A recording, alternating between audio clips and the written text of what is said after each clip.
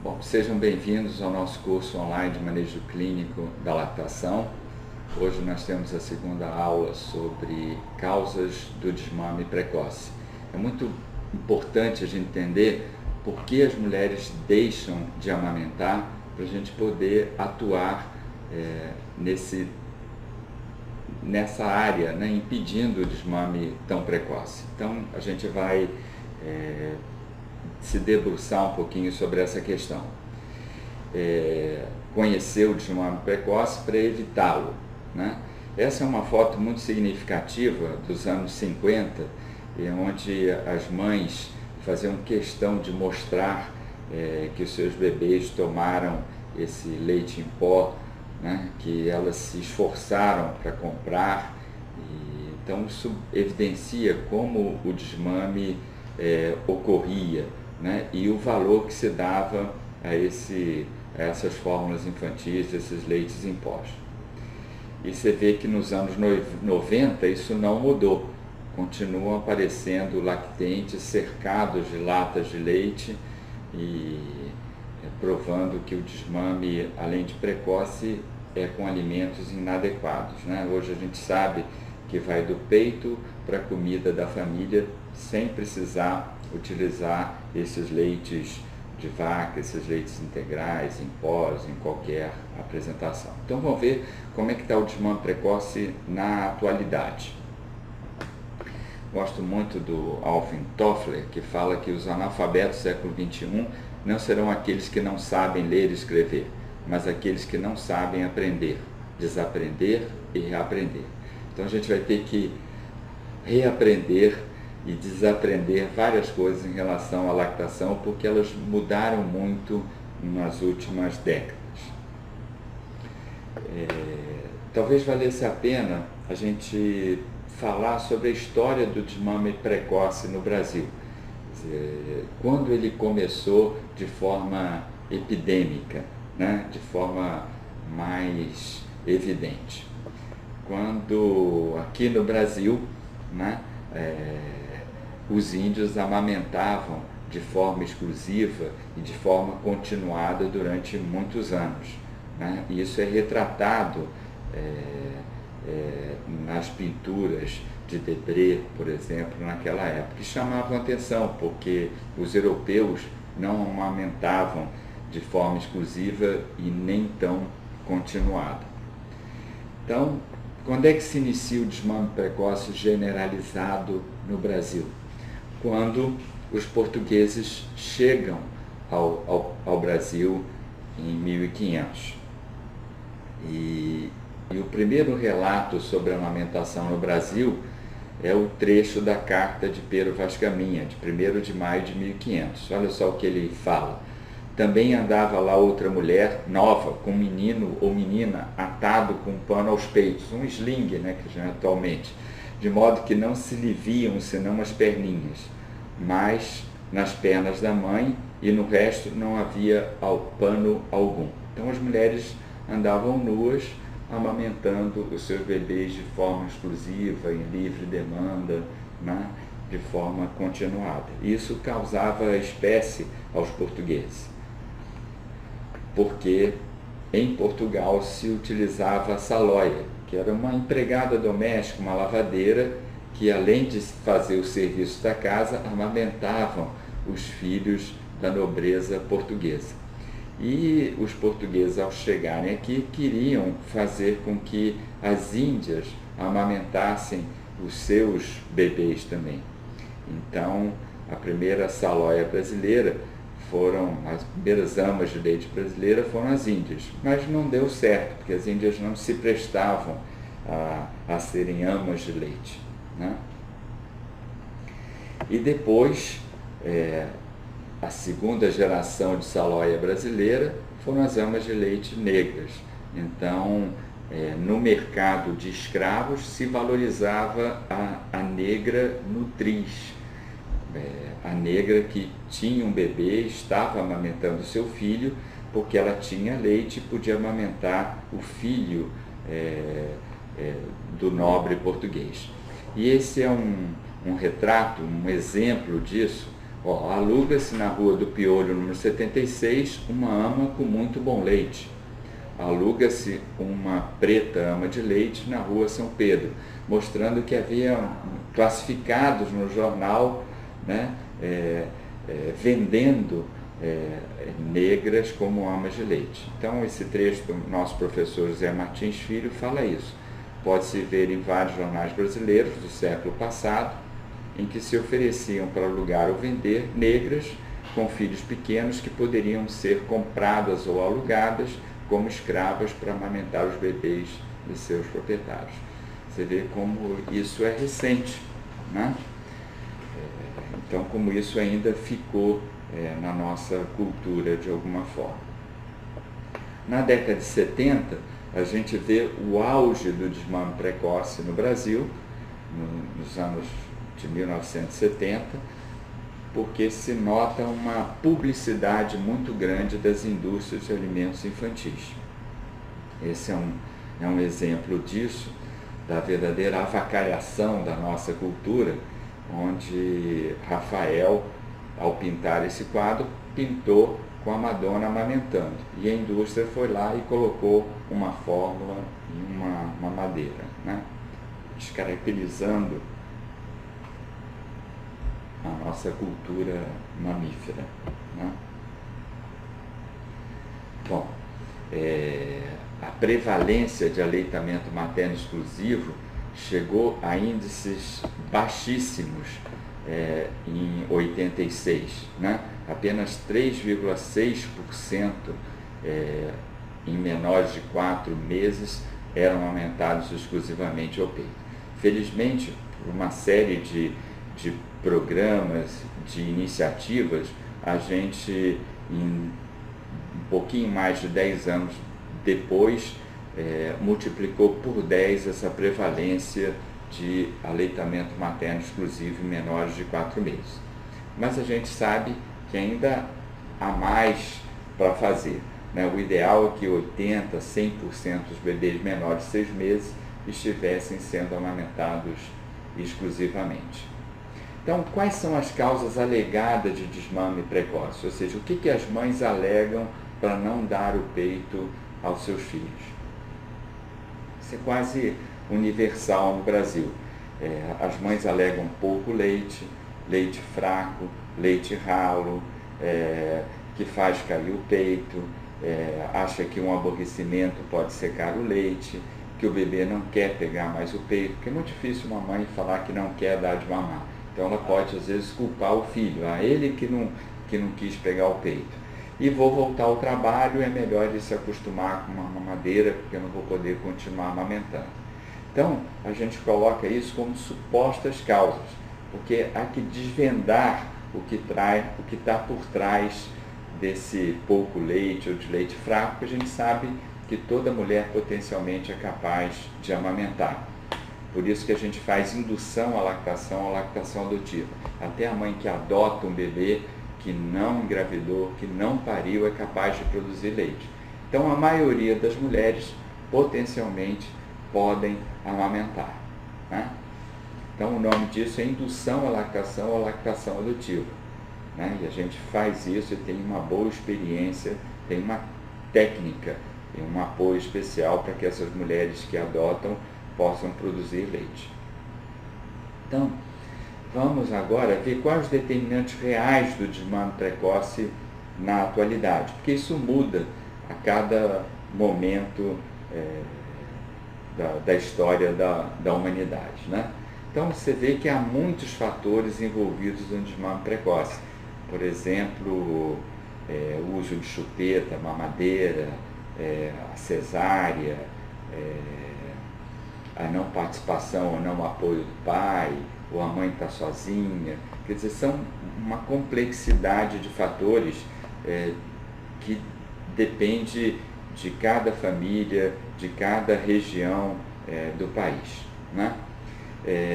Uma coisa que é mais ou menos nacional são os altos índices de cesárea no país. Tem até um ditado que cesárea não dá leite. Não é verdade, mas a cesárea pode atrapalhar a lactação, a descida do leite. Às vezes a apojadura, a primeira descida do leite pós uma cirurgia cesariana pode demorar 5 dias e essa mãe está com dor, ela depende de outra pessoa para amamentar, ou quando a cesárea é pré-marcada, essa mulher não entrou em trabalho de parto, a apojadura é mais tardia ainda. Então, a cesárea é um obstáculo para a amamentação exclusiva. Então, você vê que a cesárea pode levar a um parto prematuro, a cesárea gera estresse, separação da mãe do bebê, a cesárea pode levar à episiotomia, isso leva à dor, a dor pode inibir a ocitocina, diminuindo a descida do leite. Então, no fundo, a cesárea pode levar a problemas de amamentação e a gente tem que tomar muito cuidado com a cirurgia cesariana. Há também visões, por exemplo, perinatais em relação ao desmame precoce. É muito importante o papel da maternidade, porque na maternidade é que se estabelece a amamentação. Então, o tipo de parto, o local do parto, a forma como a equipe atende esse binômio pode ajudar ou atrapalhar a amamentação. Então, por isso que a gente costuma dizer que a amamentação bem-sucedida começa com parto humanizado. Quer dizer, é um contínuo, a gente tem que trabalhar a amamentação durante o pré-natal, durante o parto, no pós-parto, durante os primeiros meses de vida. Bom, uma coisa que atrapalha a amamentação é a dor. Essa mulher está sofrendo com fissura, com rachaduras mamilares, com ductos lactíferos bloqueados. Quer dizer, a gente pode evitar isso dando uma orientação adequada e precisa. Também a gente pode ter uma abordagem centrada na psicofisiologia, nos fatores intervenientes na amamentação.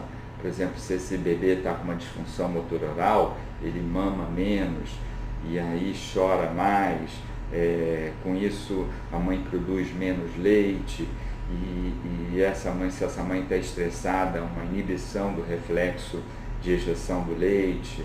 Então a gente tem que quebrar esse ciclo vicioso e apoiar esse lactente e essa nutriz.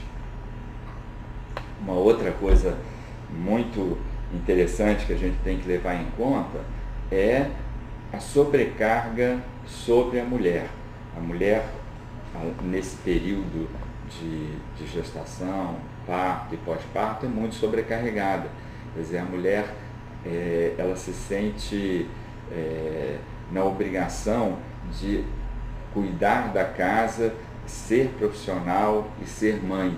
E às vezes há pouco apoio a essa mulher no lar e na comunidade. Então é importante que o homem possa participar e dividir essas tarefas domésticas para que essa mulher não se sinta tão sobrecarregada. E é importante alertar a essa puérpera, a essa nutriz, que o mais importante é ela cuidar do seu bebê. E todo o resto mais é secundário e pode ter outras pessoas que cuidem. O mais importante é ela amamentar e ficar do lado do seu bebê. Bom, uma coisa que é muito também prevalente na atualidade é a sobrecarga sobre a estética feminina, né? Então, já foi a moda da mamoplastia redutora. Já há uns 15 anos atrás era bacana ter peito pequeno. Hoje em dia está na moda ter peito grande, né? Então as mães agora as mulheres implantam silicone e você vê como isso pode dificultar a amamentação. Uma vez eu atendi uma senhora que fez uma mamoplastia redutora há 15 anos e fez um implante de silicone há 2 anos. Então, mostrando como o peito feminino pode ser um problema para essa mulher e para a amamentação, né? Então a gente tem que fazer uma boa anamnese e trabalhar com a cultura, né? Com essas mulheres e mostrar para elas a importância da amamentação e evitar a mamoplastia redutora. Bom, outra causa de desmame precoce é o excesso de publicidade de fórmulas infantis, mamadeiras e bicos. Às vezes essa mulher, essa família recebe mais informação sobre mamadeiras, bicos e chupetas do que sobre aleitamento materno. Então por isso que essa publicidade está sendo controlada, está sendo regulada. Um outro conceito muito importante é a gente ter a convicção que a amamentação não é instintiva, não é inata. Ou seja, é uma cultura que precisa ser preservada, recuperada. Então as mulheres precisam aprender a habilidade de amamentar. E isso pode começar com as crianças na escola. Então as mulheres, ao contrário de outros mamíferos, não nascem sabendo dar o peito. Então por isso que precisa ter esses cursos e a gente precisa mostrar para essas mulheres como colocar o bebê no peito, como é uma boa pega, um bom posicionamento ao seio. Esse gráfico eu gosto muito, mostrando que talvez em priscas eras da humanidade a amamentação tenha sido mais instintiva, ou não havia ainda a cultura da mamadeira, da chupeta ou do bico, né? Mas que a epidemia do desmame precoce ocorreu numa época muito recente na humanidade, há uns 200 anos atrás só, onde se começou o processo de industrialização do leite, de pasteurização, das fórmulas infantis e da publicidade indutora do desmame precoce. Então é importante a gente ter essa visão da história da humanidade e a gente está aqui porque os nossos antepassados nos amamentaram durante longo período. Se a gente agora sabe que também erramos na publicidade da amamentação, na promoção da amamentação. Esse é um exemplo disso, é um cartaz do início dos anos 80, mostrando uma figura triste, soturna, em preto e branco. Então não é um cartaz muito interessante na promoção da amamentação, porque dá a ideia de que a amamentação é para pobre, né? Uma ideia que até hoje ainda perpassa por alguns profissionais, né? O que é uma ideia infeliz. A amamentação é para todas as classes sociais. A amamentação não é só para as populações de baixa renda, né?